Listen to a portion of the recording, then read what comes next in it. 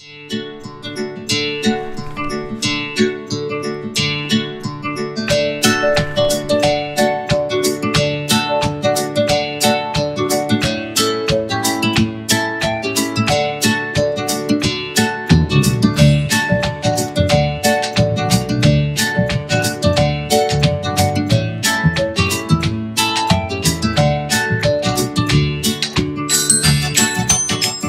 this is Marie and I'm here for a mini video for you. I hope you enjoy it. So let's get started.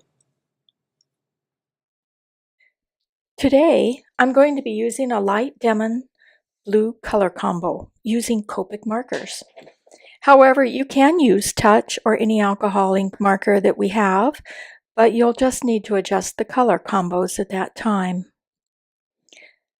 Together I'm using B91, B93, B95, and B97.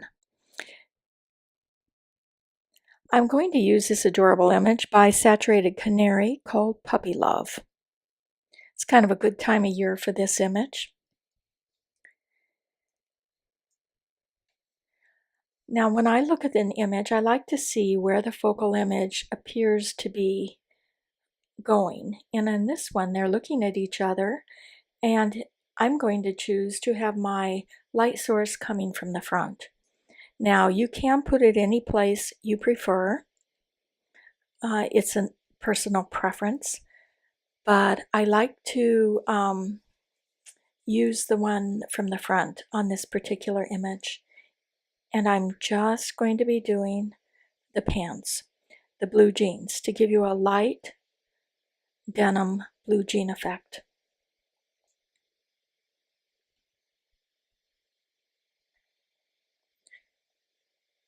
Now with this mini today, I'm going to be starting to use my lightest color.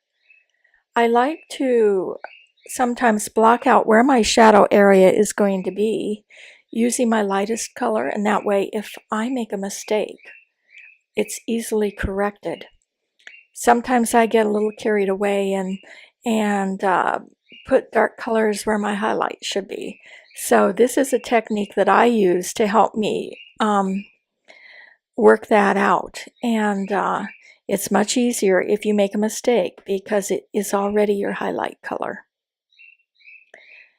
I also think it allows the darker color to blend in a smoother manner. This is again optional. Some people use a colorless blender. For me, I just prefer to use my lightest highlight tone. And now I'm applying my darker midtone, which is my B95. And I'm applying this just in the areas that will get the least amount of light.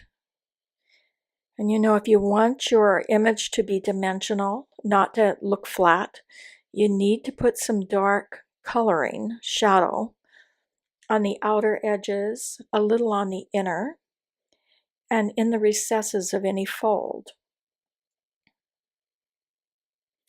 I'm now flicking out with my next color tone, my B93,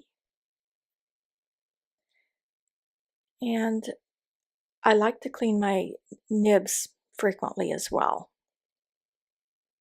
Back to my B95, and I'm repeating that process on the other leg. The shadow areas, any part that isn't getting the light. Now on this particular image, I think the inner aspect of the leg is usually a little lighter than the outer. Since my light source is coming directly from the front, so I won't make that quite as dark.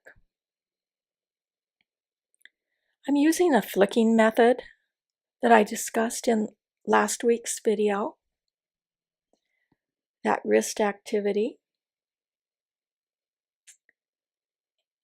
And I needed some more darkness on the inner aspect, so I'm applying a little bit of my mid-tone again to just darken the area a little bit more. Give it a little more dimension. You can really see it taking shape.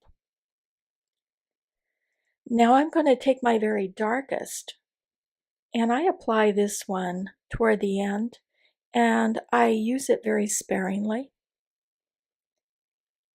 I just want to accent certain areas to make them kind of go into the background or appear more recessed. But when you apply any color, you need to work your way from the dark to the light again,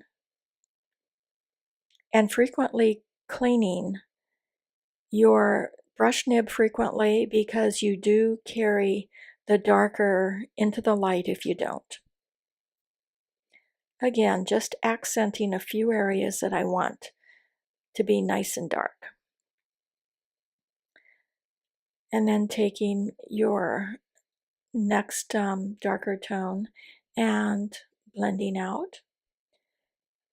And again with the B93.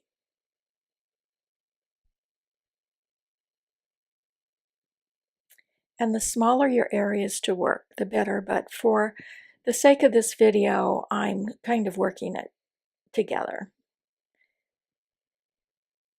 And I'm taking a colorless blender and I am moving a little bit of the color off the areas that I really want to look worn.